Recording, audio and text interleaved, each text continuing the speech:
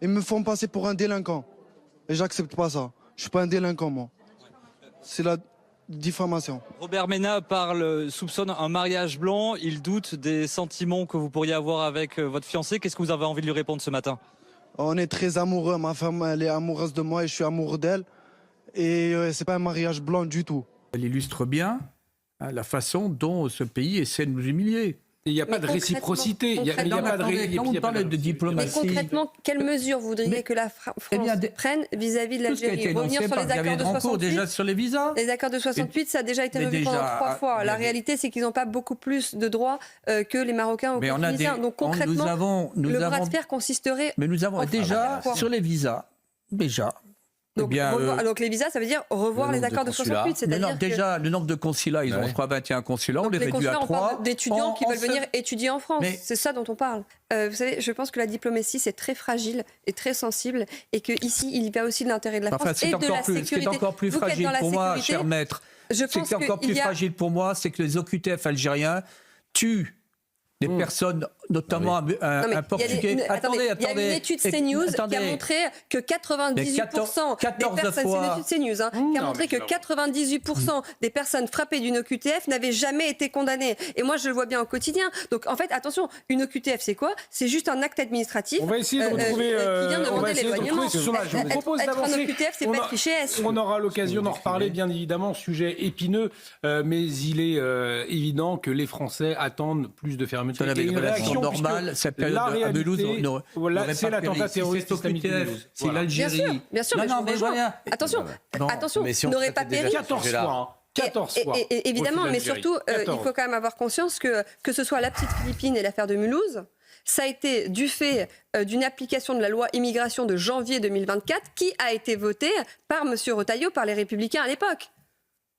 À l'époque, cette juge de la liberté et de la détention qui n'avait pas prolongé la rétention de l'assassin de cette petite Philippine, c'était juste l'application stricte. Eh bien, il faut changer la règle. Voilà, c'est ce que dit Bruno Retailleau. Je vous crois qu'il nous reste 10 minutes. Il n'y a pas Avançons, s'il vous plaît.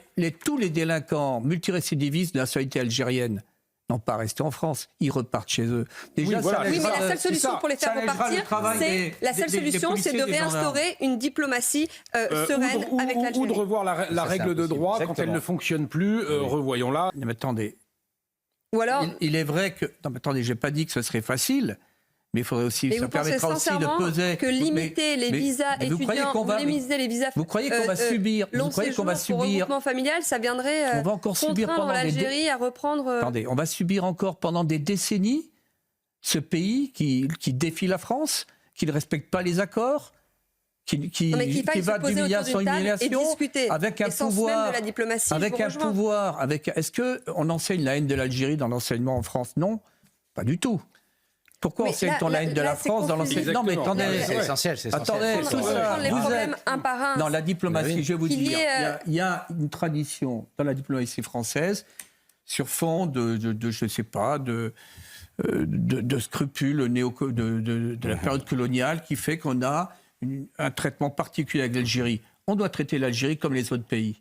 L'Algérie, nous sommes souverains. Mais en fait, on ne peut pas traiter l'Algérie comme les autres pays parce que malheureusement, les effets du divorce. Mais maintenant, le temps est venu, non, Vanessa Edberg? Alors, j'ai un exemple concret à vous donner. Il y a encore des Algériens qui demandent près du tribunal judiciaire des certificats de nationalité française. Pourquoi? Parce qu'ils avaient des grands-parents qui étaient anciens combattants et qui, en 62, n'ont pas pu se prononcer sur la nationalité française ou algérienne. Donc, qui viennent revendiquer la nationalité française alors même qu'ils vivent encore en Algérie. Donc, les effets du divorce sont encore en cours. Ça fait pas suffisamment longtemps que l'Algérie est devenue indépendante pour que les effets ne perdurent plus.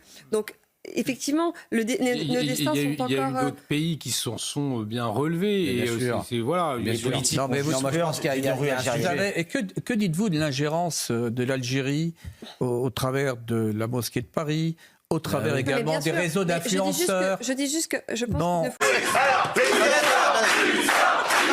Ce sont les Anglais. Oui, sacré Anglais. Et me tout pas, je m'en tape. Et me tout pas, je m'en tape.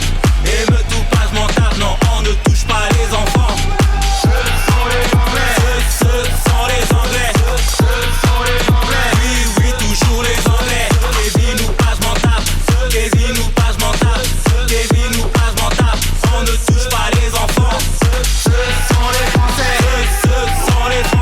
Ce sont les Anglais de Nicolas Malone, disponibles sur YouTube et Spotify, iTunes, Deezer, l'hymne de la France des émeutes. Ah, ma jarretière.